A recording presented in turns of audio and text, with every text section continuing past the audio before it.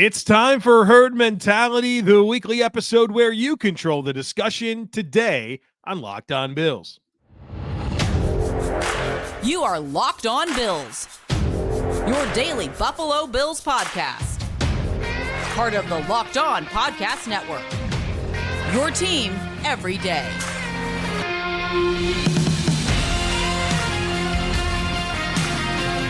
What's up, Bills Mafia? It's Joe Marino, author of Go Bills and Buffalo's Run, also the co-host of the Locked On NFL Scouting podcast, and I am your host of Locked On Bills.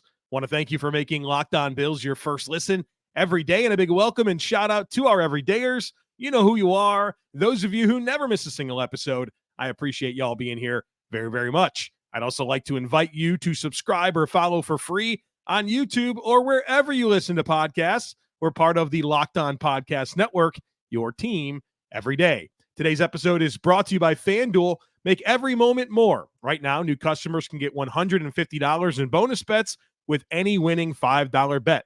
That's $150 if your bet wins. Visit FanDuel.com/lockedon to get started. Well, folks, welcome in. It's time for Herd Mentality. I don't think we got to this last week, so I've had some good questions here lined up to dive into, and as always, appreciate those who participate in Herd Mentality. Let's dive right in. The first one comes from Alex. Alex says, I'm a longtime listener, and 2 years ago, you correctly predicted Dawson Knox as the breakout player that year, and this year you correctly predicted Spencer Brown as that player. Is there a player on the Bills that may seem underwhelming currently, but you're ready to make them your breakout player of the 2024 season? I appreciate this question, Alex. And the reality is I don't think there's a very straightforward answer this time. I had some strong convictions about Spencer Brown and Dawson Knox, and anybody that listened to the podcast the last 2 years knows that. And this time around, I don't feel like there's a major disconnect with a player on the team in terms of how I perceive them versus the consensus. Now, if there's a player that it might be, and this is not me pounding the table or anything like that, if there's a player that it might be, it's Cam Lewis. Cam Lewis is a player that I feel like stands out to me every time I'm at a Bills practice. I think he does a very good job in the preseason. He's been around, right? He's been on the team for 4 years in this depth role. He's been trained to play slot, trained to play outside corner, trained to play safety, and he's filled in at all of those spots. And he's had some moments, and I know that he's had some moments that people don't appreciate. It feels like anytime Cam Lewis's name comes up, people say, well, I just can't get that 4th and 18 catch against Justin Jefferson out of my head.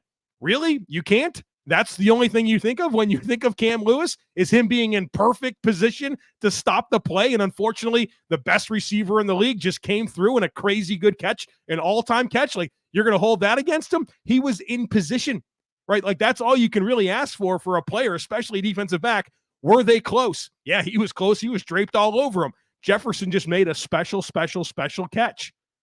And so that to me, that's like saying, well, whenever I think of Jordan Poyer, Micah Hyde, and Tre'Davious White, all I can think of is DeAndre Hopkins going up in the middle of all three of them and catching that pass for the game winner against Arizona a few years back. Like, I don't feel like that's a fair way to interpret what Cam Lewis is in totality as a football player. I think he's a guy that's been around, that surely knows this scheme, that knows this personnel, and he might have an opportunity this year to be a starting safety for the Buffalo Bills. And so I'm not dismissing that possibility. Do I feel like overly eager to say, yeah, this guy's going to be an answer? I don't feel the same way, but I feel like there's a chance. And so maybe it's Cam Lewis, but there's nobody to the degree of Spencer Brown last year and 2 years ago, Dawson Knox, that makes me feel like this is going to be my guy this offseason. One player that I will mention, and I don't think that this is completely fair, is Greg Rousseau. I'm really high on Greg Rousseau and his projection in year 4.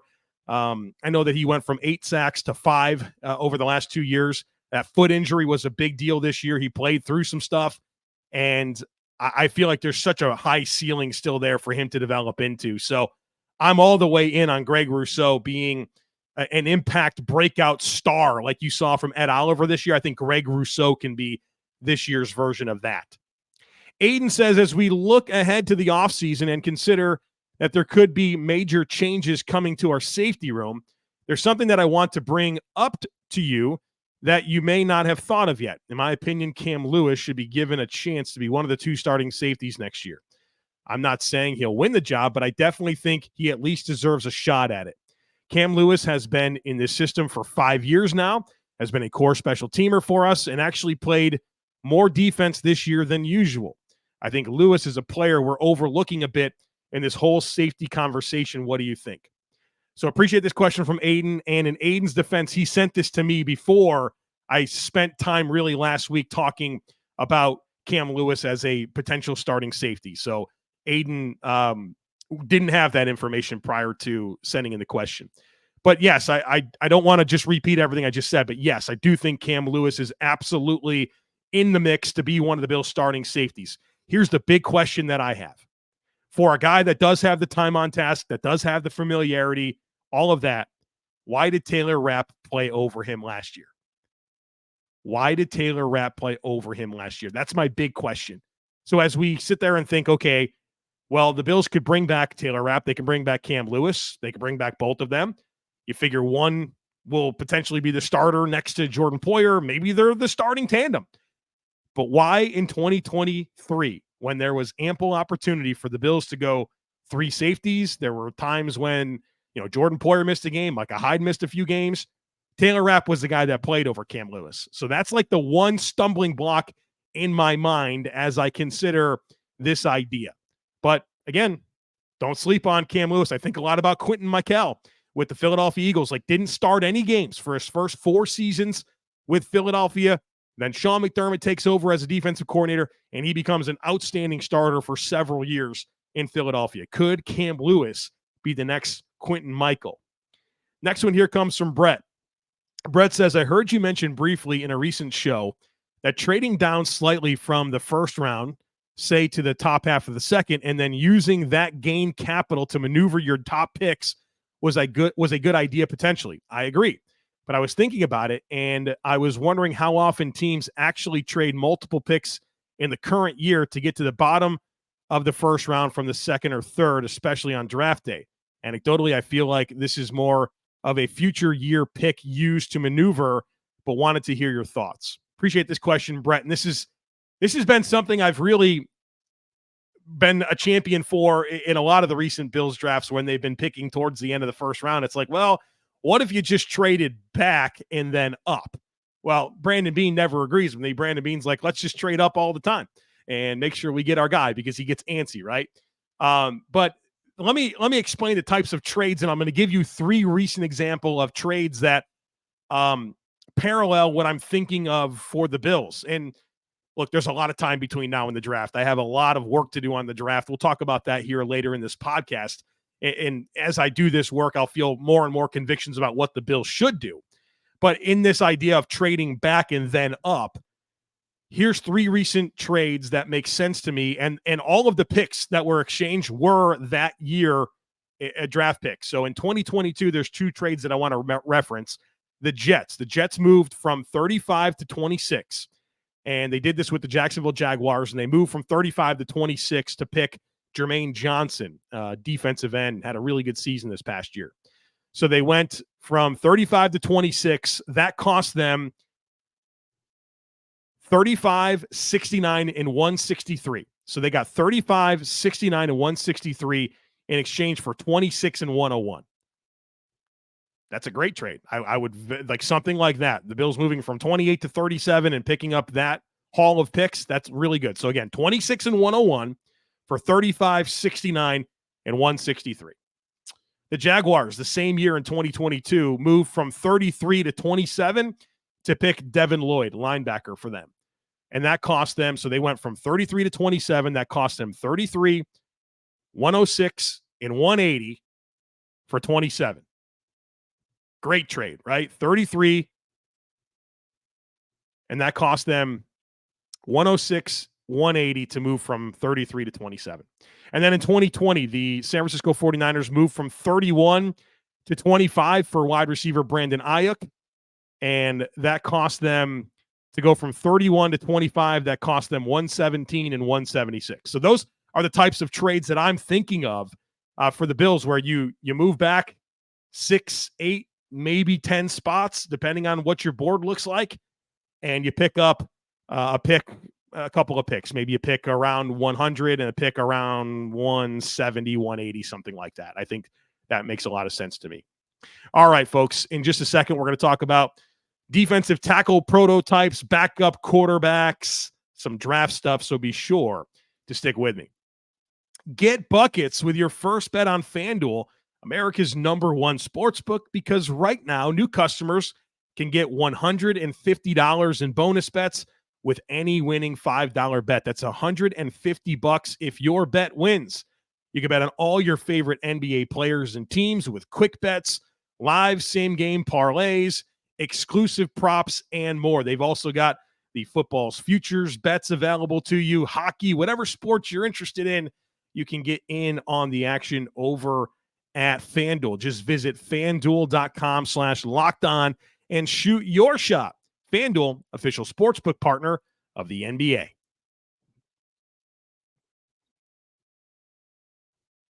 All right, folks, the next one here comes from Chris, who says, after listening to your performance review series pod on defensive tackles, it got me thinking about one technique defensive tackles.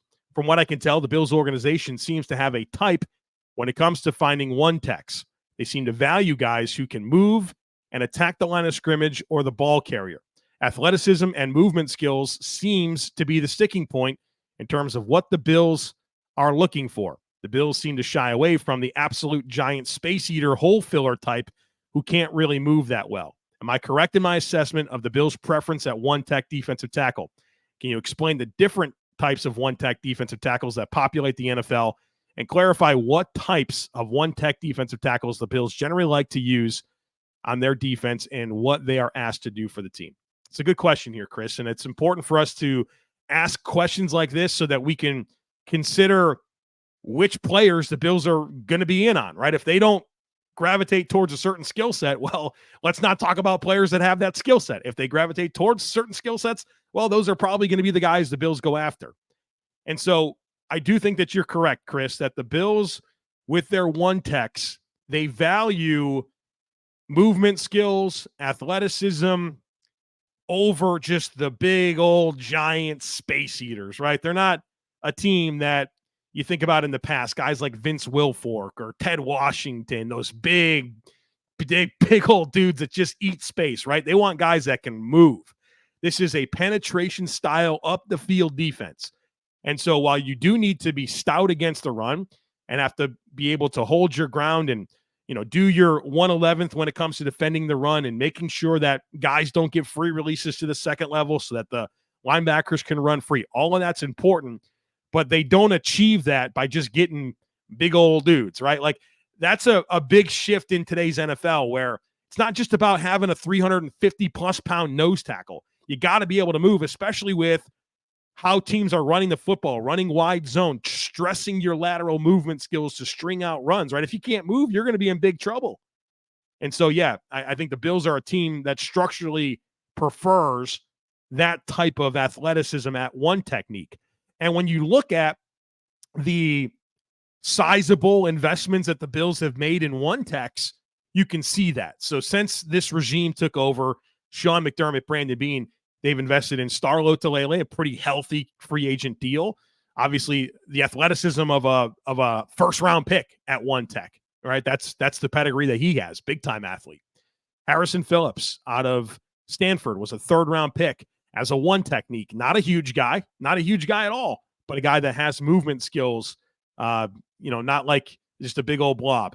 And then Daquan Jones, another reasonable investment that they've made at a one technique. And that's not a big old blob either. That's a guy that can move, right?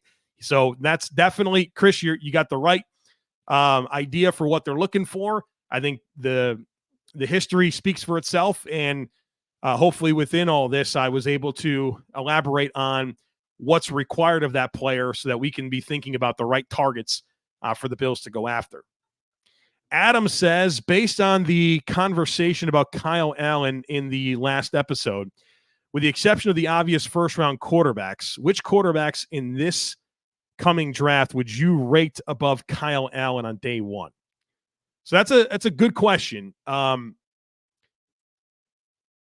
day one is tough. Kyle Allen is going to be much further ahead of any quarterback stepping in, right? He's had a year of time in the system, a year with the guys, right? He's going to be ahead of those players. Now, in time, could a talented rookie quarterback beat out Kyle Allen? Sure. But on day one, probably not, right? I think there's going to be some bumps along the way for any rookie that's going to step into any NFL organization. Now, I have a lot of work to do on this draft class still. But some quarterbacks, some mid-round quarterbacks that make sense to me. Michael Pratt from Tulane is a player that I have some appreciation for. I think he's got good tools, very competitive guy, has had some production at Tulane.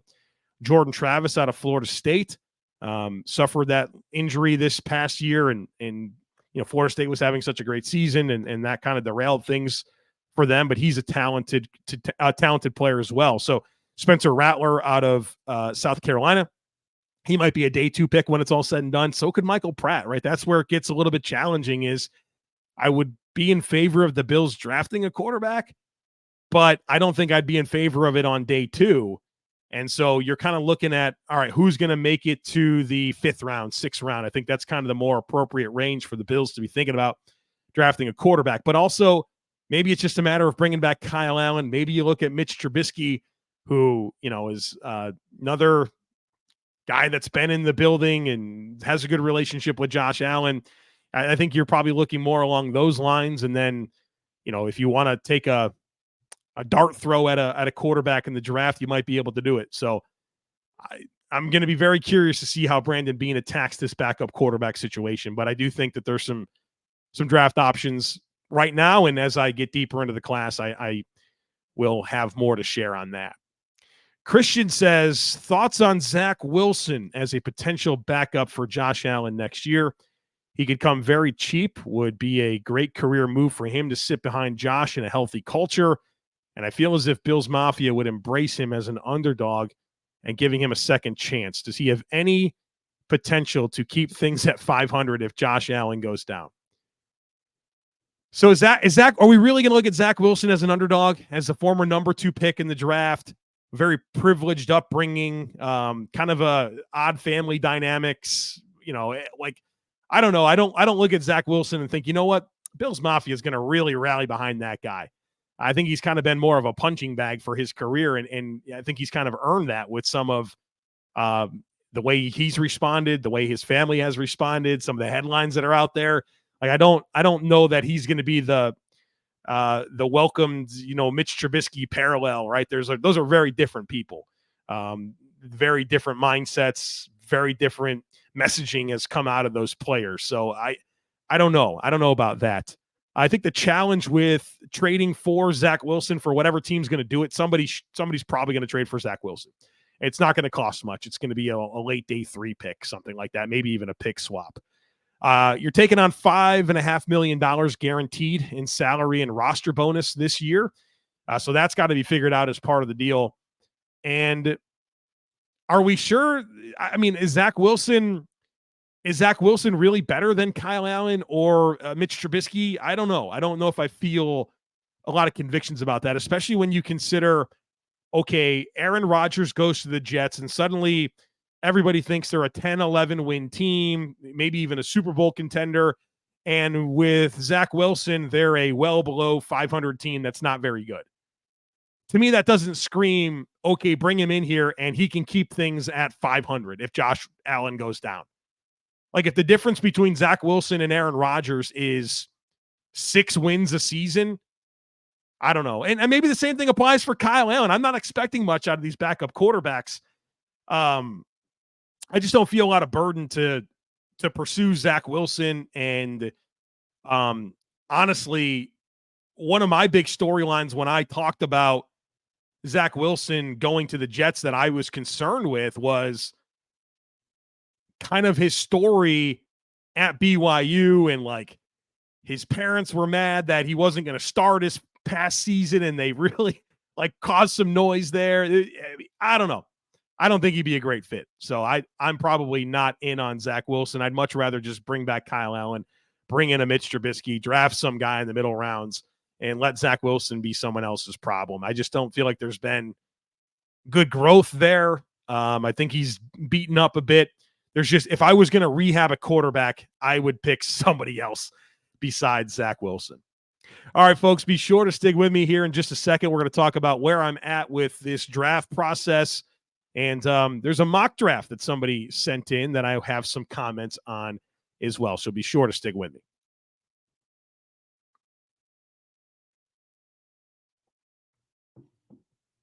All right, folks, the next one here comes from Timothy. Timothy has a two-parter for me.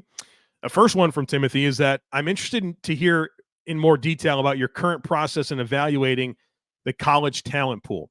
In your former position with the Draft Network, I know you had assigned conferences to keep track of, but you would then also evaluate all the highly ranked players from other conferences. How has that process changed, and how far behind do you feel in your evaluations of the overall draft class? I appreciate this question a lot. Yeah, I'm at a completely different place than I normally am with draft work. For the last several years, I've worked with the Draft Network. I studied draft prospects all year round. And I mean, by this time of the year, I was probably done with evaluating players. I'd be just getting to kind of the late names that arrive. Right now, I'm still working through the top guys. I am not at the same place that I normally am. My focus has been really different. I've focused on the Bills. Like, that's what I've done for the last 6 months. I have focused in on the Buffalo Bills, and I hope that the analysis that you've heard in this podcast reflects that. The all 22 reviews were massive undertakings. I mean, that's probably 8 to 10 hours of film work just to get a 30-minute podcast out of it, to be able to feel good about what I'm saying. And so my film work, my studies this cycle, this year have been about the Buffalo Bills. And so I'm very much playing catch up. I'm still, like I said, I'm still working through the top guys. You know, when it's all said and done, I'm sure I'll get 150 to 200 players evaluated. We're still going to have the all the in-depth draft conversations that we always do on this podcast. But it's been a big shift in workload and how I've attacked it. And I do feel behind. There's no question. And I think I get a lot of questions about draft prospects, and I can't tell you how many times I've had to respond and say, I haven't seen this player yet. I haven't studied this player yet. And look, I don't take the conclusions that I come to lightly. It's a lot of work to study these players and be able to come back to you with convictions about what I'm seeing. And I'm doing free agency scouting. I'm doing NFL draft scouting. And so there's just a lot. There's a lot that goes into it. And, we're going to very quickly, next week is going to be pretty much all free agency on this podcast, where I talk about the guys I've studied there and talk about good targets for the Bills. We'll get through the actual free agency, and then we'll focus our attention to the draft. And, we're going to get there, but I am not anywhere near where I typically am at this point. And I definitely feel that. And I feel like I got a lot of catch up to do, but I'll get there, and we will have great conversations about the NFL draft and the Buffalo Bills on this podcast. Timothy's second part of the question says, is it innate or a trained skill for wide receivers, tight ends, running backs to get a ref to call a defensive holding or pass interference penalty on the player defending a pass? Seems like the Bills never get these calls, even when going up against defenses that are very aggressive and hands-on like the Chiefs. Would a tall, thin player like Troy Franklin be better at this? Seems like a small bump on a tall, skinny player might affect the receiver more and be more apparent to a ref compared to a large player like Gabe Davis, where the contact might occur, but the defender bounces off Gabe's stout frame. Can the coaches work to get a player like Diggs to get better at this skill set? Is there any advanced metrics? A lot of good thought-provoking comments here by Timothy, but I think the point is there something that can happen for the Bills to be on the better side of getting some DPI and holding calls? First of all, let's acknowledge that I think this is absolutely true, where I think the Bills receivers do not do a good enough job of drawing flags. They just don't. And there's instances of them going and competing for a ball or not, and I don't think that they're intentional about creating these calls. I really don't. And there's a comment that's been made by a lot of different coaches, including Sean McDermott, where they say this, and they'll be asked about turnovers, right? Or different dynamics of a football operation, and they say this: you get what you emphasize. You get what you emphasize. I just don't feel like, based on the results, based on the missed opportunities to draw flags, that it's emphasized enough. Because I'm often very disappointed by some of those moments at the catch point where it's like, how do you not play through that contact differently to try to draw a flag? Because you see it happen so frequently with other teams. So I think this is an area of the team that can be better, and they need to emphasize this. And when the ball's in the air, like, go catch it or draw a flag, or do, try to do both. But the bottom line is I don't think the Bills do a good enough job here, and they can get better here. And I think it comes down to emphasizing it and talking about it, because it feels like there's just such a discrepancy between what I see happen with the Bills and what I see happen with all the other football that I watch.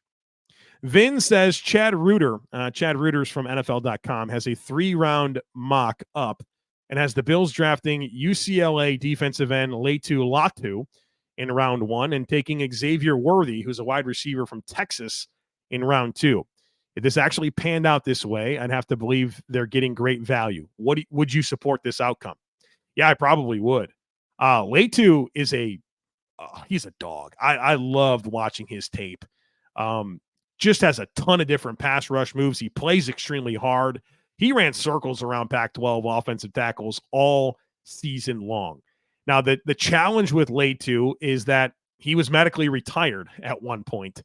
And actually UCLA convinced him to come out of that medical retirement, and he had 2 great seasons. There's no question, but you want to make sure that the medicals check out there. But if Laitu is the player that I watched this past year at UCLA, I think he's going to be an absolute stud in the NFL. He actually reminds me a lot of Aiden Hutchinson, who was the number 2 pick in the draft by the Lions, who's turned out to be an awesome player. Not that they're the same caliber of prospect, but the motor, the nonstop deployment of pass rush moves to get off blocks. I love Laitu. I really, really do. If the medicals check out and he's on the board for the Bills at pick 28, there's going to be 0 complaints from me if that's who they select. Xavier Worthy is a player I still need to study. So here we are. Just talked about this.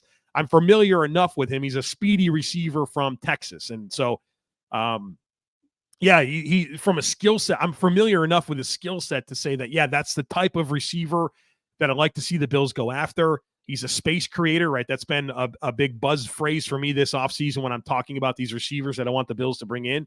I want a space creator, and Xavier Worthy certainly fits that description. I want to get a little bit more familiar with him as a player, but that seems like a pair of top 2 picks that really connects with me in the directions that I hope to see the Bills go. And look, I think this speaks to an example of where we can all acknowledge the need for a receiver, but you can acknowledge that maybe the better idea is to pick the defensive lineman first and then come back and get the receiver, right? I'm open to that, right? There's more than one round in the draft. There's more than one way to fix your problems. And so, I think there could be some really appealing defensive line, wide receiver combinations that the Bills could get in the top 2 rounds. And on paper right now, Laitu and Worthy sounds like a nice haul.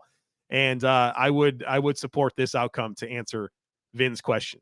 All right, folks, appreciate you being here. This was fun. Glad to get caught up on herd mentality. Tomorrow I have a unique idea. I want to approach the podcast with the idea of discussing some contract extensions that I'd like to hand out to the Buffalo Bills, and a couple of those with creating cap space in mind. So we're going to kind of flesh out some of those conversations and talk about what some contract extensions could look like. And then Friday is going to be a good one. I'll just say that. I'll just say that because I still got to execute the podcast. I want to make sure I can, but my plans for Friday are really strong. So make sure that you're subscribed. Don't miss anything. Would love it if you took a second to rate, review, and share the podcast. Have a great rest of your day. Go Bills, and I look forward to catching up with you again tomorrow.